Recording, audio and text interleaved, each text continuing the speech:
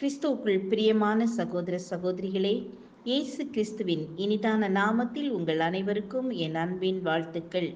இன்றைய தினம் உங்களுக்காக கொடுக்கப்பட்ட வேத வசனம் எரேமியா 33ஆம் அதிகாரம் 3ஆம் வசனம்.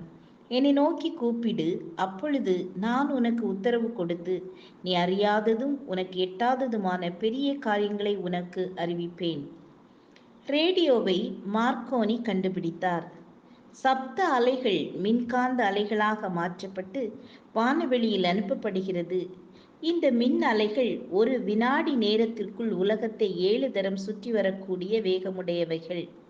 இந்த அலைகளை ரேடியோ பெட்டி இழுத்து மீண்டும் சப்த அலைகளாக மாற்றி நமக்கு தருகிறது. ஜெபமும் இந்த ரேடியோ போல்தான். பூமியிலிருந்து ஒலிபரப்பாகும் மனிதனின் வேண்டுதல் பரலோகத்தை இமைப்பொழுதில் எட்டுகிறது. சாதாரண மின்காந்த அலைகள் வினாடிக்கு 7 தரம் உலகத்தை சுற்றுமானால் ஜெப அலைகள் இன்னும் எவ்வளவு வேகமாக செல்லும்? கர்த்தர் மேற்சொன்ன வசனத்தில் இன்னும் ஒரு மேன்மையான வாக்குத்தத்தத்தை கொடுக்கிறார்.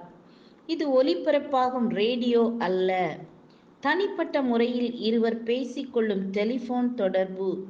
ரேடியோவில் ஒருவர் பேசுவதை மாத்திரமே கேட்க முடியும், திரும்பி மற்றவர் பேச முடியாது.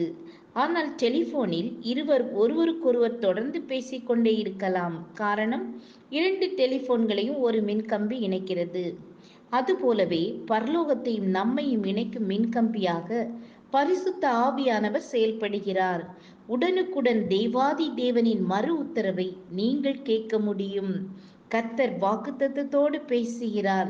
நீ என்னை நோக்கி கூப்பிடு, அப்பொழுது நான் மறு உத்தரவு கொடுப்பேன், பெரிய காரியங்களை அறிவிப்பேன் என்கிறார். பேசுவீர்களா? தொடர்ந்து பேசுவீர்களா? ஆம், எனக்கு அன்பானவர்களே, நாம் தேவனோடு அனுதினமும் பேச வேண்டும். ஏசாயா 65:24 இப்படியாய் எழுதப்பட்டுள்ளது: அவர்கள் கூப்பிடுகிறதற்கு முன்னே நான் மறு உத்தரவு கொடுப்பேன், அவர்கள் பேசும்போதே நான் கேட்பேன்.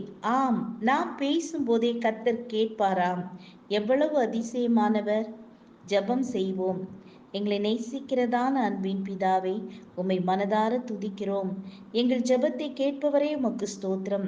வியாதியினால் மரித்து போய் விடுவேனோ என்று இருக்கிற ஒவ்வொரு பிள்ளைகளையும் தொட்டு சுகந்தாருங்க. கடன் பிரச்சனையோடு இருக்கிற பிள்ளைகளுக்கு கடன் பிரச்சனையிலிருந்து விடுதலை தாருங்க.